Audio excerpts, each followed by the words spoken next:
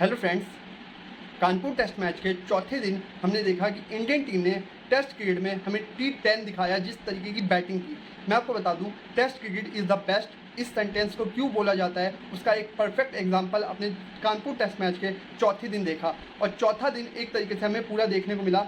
पूरे 2.5 दिन का ब्रेक हुआ इस टेस्ट मैच के अंदर, और पहले दिन जो 35 ओवर हुए थे, उसके बाद इंडियन टीम जब बैटिंग के लिए आई है चौथे दिन, पहले तो बांग्लादेशी टीम को ऑल आउट किया उन्होंने, जो 107 पे 3 था बांग्लादेश का स्कोर। मैं आपको बता दूं कि लंच के आधे घंटे बाद बांग्लादेश ऑल आउट हो जाती है। उसके बाद इंडियन टीम बैटिंग करने आती है और बांग्लादेश का स्कोर होता है 233 फॉर ऑल आउट। और साथ ही में ये बता दूं कि जब इंडियन टीम बैटिंग के लिए आती है तो मात्र खेलती है 34.4 ओवर्स, और स्कोर होता है इंडियन टीम का 285 फॉर 9, और इनिंग्स को कर देती है डिक्लेयर। साथ ही में आपको बताऊं कि टेस्ट क्रिकेट की हिस्ट्री में जितने रिकॉर्ड्स नहीं तोड़े होंगे, उतने रिकॉर्ड्स शायद इस एक इनिंग में टूट चुके हैं इंडियन टीम की तरफ से। सबसे तेज़ पार्टनरशिप 50 पार्टनरशिप का रिकॉर्ड किसी भी विकेट के लिए वो हमारे दोनों ओपनर्स ने कर दिया। और मैं आपको बता दूं, पहले 3 ओवरों में मतलब कि पहले 3 ओवर्स में इंडियन टीम का स्कोर था 51 विदाउट लॉस, और रन रेट था इंडियन टीम का 17 का रन रेट, जो कि हम देखते नहीं है कि T20 मैचेस में भी इतना ज़्यादा रन रेट रहता है वो। और साथ ही में ऐसा लग रहा था जैसे 10 ओवर का मैच हो रहा है और T10 खेले आए ये दोनों ओपनर्स।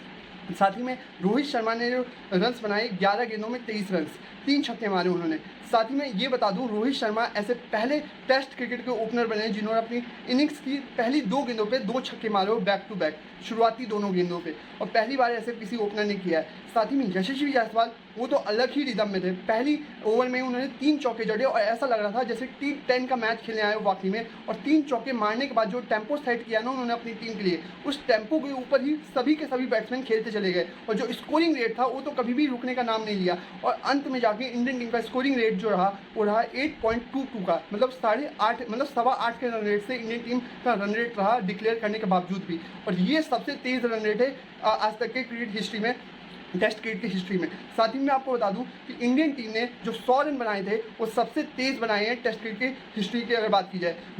10.1 ओवर यानी कि 10.1 ओवर में इंडियन टीम का स्कोर था 100 फॉर 2 विकेट्स। साथ ही में ये भी बता दूं कि सबसे तेज़ 200 रन भी बनाने वाली टीम इंडियन टीम बन चुकी है, जिन्होंने शायद 24.2 ओवर में 200 रन का आंकड़ा भी छुआ है। साथ ही में कई ऐसे रिकॉर्ड्स थे जो कि इस टेस्ट मैच में टूट गए, और इस टेस्ट मैच में इसी वजह से याद रखेंगे इस टेस्ट मैच को लोग कि बांग्लादेश की टीम चौथे दिन आई होगी तो ये तो बिल्कुल नहीं सोच रही होगी कि जब शाम को लौटने से पहले, मतलब ये स्टंप्स होने से पहले, उनको दोबारा बैटिंग के लिए बुला लिया जाएगा।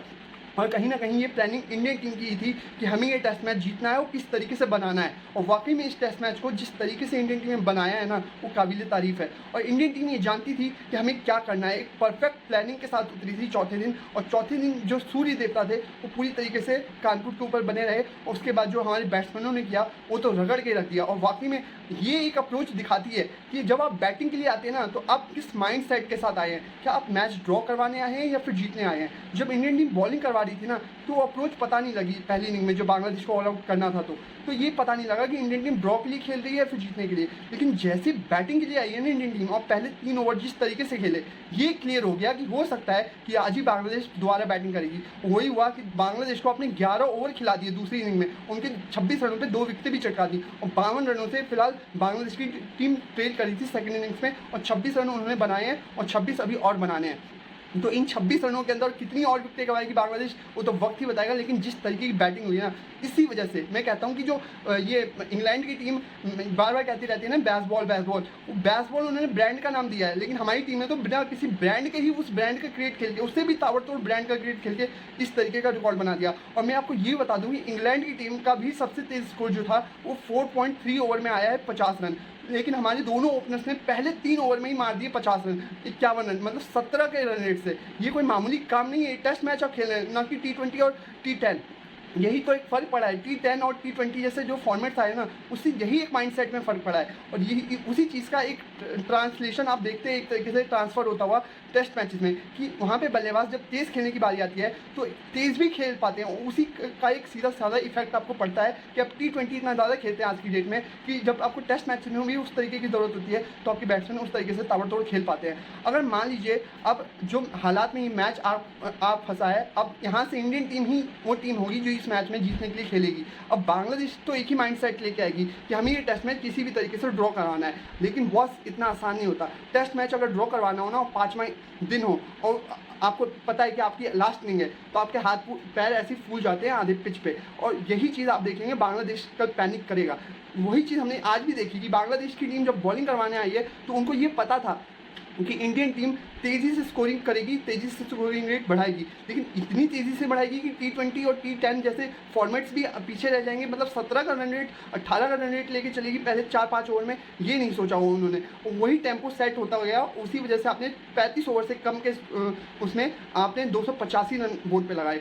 यही तो एक माइंडसेट में फ़र्क पड़ा है। और कहीं ना कहीं बांग्लादेश की टीम जो होगी ना, ये सोच रही होगी कि हमें ये टेस्ट मैच कैसे बचाना है। अगर मैं आपको बताऊँ, कल 98 ओवर्स का मैच बाकी है, 98 ओवर्स में से अगर 75 ओवर्स बांग्लादेश खेल जाती है, मतलब झेल जाती है हमारे बॉलर्स को, तभी इस टेस्ट मैच में ड्रॉ होने के चांसेस हैं। नहीं तो अगर मान लीजिए कहीं 50-60 ओवर में ऑल आउट कर देती है हमारी टीम, बांग्लादेश की टीम को, मान लीजिए 180 का भी टारगेट है और आपके पास लगभग 30 ओवर है, तो 30 ओवर में 180 रन तो बना ही देगी इंडियन टीम। जिस तरीके की हमने पहली इनिंग में बैटिंग की है, उससे काफ़ी फर्क तो पड़ता है ये एक टीम के तौर पे कि आपने फर्स्ट इनिंग में क्या किया था, वो इंडियन टीम कभी नहीं भूलेगी। चाहे बांग्लादेश की टीम 160 रन 180 रन 20 ओवर में भी देगी ना, मतलब T20 के हिसाब से, मतलब अगर आपको 8 या 9 के रन रेट से भी लेके चलना है और 70 ओवर खेल के बांग्लादेश ने आपको 160 का या 180 का टारगेट दे दिया है, तो आप 20 ओवर में भी अप्रोच करेंगे जीतने के लिए, क्योंकि इंडियन टीम को ये टेस्ट मैच का वैल्यू पता है कि ये टेस्ट मैच हो सकता है कि आपको WTC का तीसरा फाइनल खेलने की चाबी हो। क्योंकि आप ये नहीं चाहेंगे कि ये टेस्ट मैच आपके हाथ से ड्रॉ हो और आप इस टेस्ट मैच को गवा बैठे। एक तरीके से आप गवाएंगे,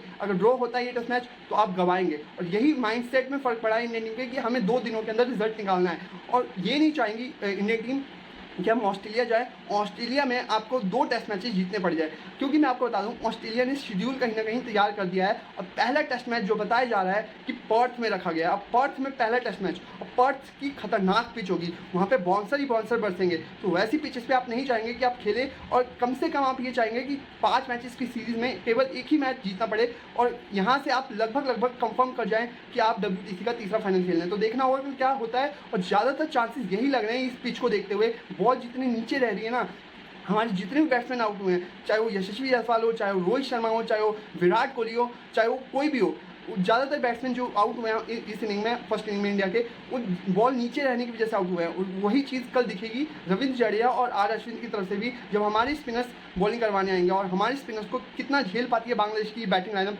उस पर ऊपर भी नजरें रहेंगी। और साथ में जसप्रीत बुमराह तो है ही, उनकी क्लास ही अलग है। जो पहली इनिंग में उन्होंने 3 विकेट चटकाई हैं, वो भी अलग ही तरीके की क्लास थी। साथ ही में रविंद्र जडेजा ने भी एक बहुत बड़ा माइलस्टोन अचीव किया है। मैं आपको बता दूं 300 विकेट लेने वाले इंडिया के पहले लेफ्ट आर्म स्पिनर बने हैं।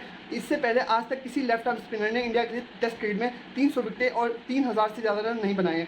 साथ में ये एक बहुत बड़ा अचीवमेंट है रविंद्र जडेजा के लिए। और रविंद्र जडेजा और आर अश्विन, ये जोड़ी ही है जिसके कारण आप टेस्ट में बेस्ट हैं अपने घर के अंदर। आपका परसेंटेज सबसे ज़्यादा है अगर आप होम कंडीशंस में बात करें टीमों को टेस्ट मैच जीतने के लिए। तो देखना होगा क्या होता है कुल मिला के। और साथ ही में ये वीडियो आपको कैसी लगी अभी के लिए, तो आप बता सकते हैं कमेंट करके। वीडियो पसंद आई है तो इसे अपने दोस्तों में शेयर कीजिए। साथ में फेसबुक पे देख रहे हैं और इंस्टा पे देख रहे हैं तो लाइक और फॉलो ज़रूर कीजिए। और साथ ही में वीडियो कैसी लगी ज़रूर बताइएगा कमेंट करके। फिलहाल अभी के लिए इतना ही। अब 5वें दिन क्या होता है टेस्ट मैच में मैं आपको परसों बताऊंगा, क्योंकि कल तो टेस्ट मैच शाम को खत्म ही होगा। रिजल्ट ऑलमोस्ट पक्का हो रखा है कि इंडिया टीम ही ये टेस्ट मैच जीतने वाली है। तो देखना होगा क्या होता है। फिलहाल अभी के लिए इतना ही। Thank you very much.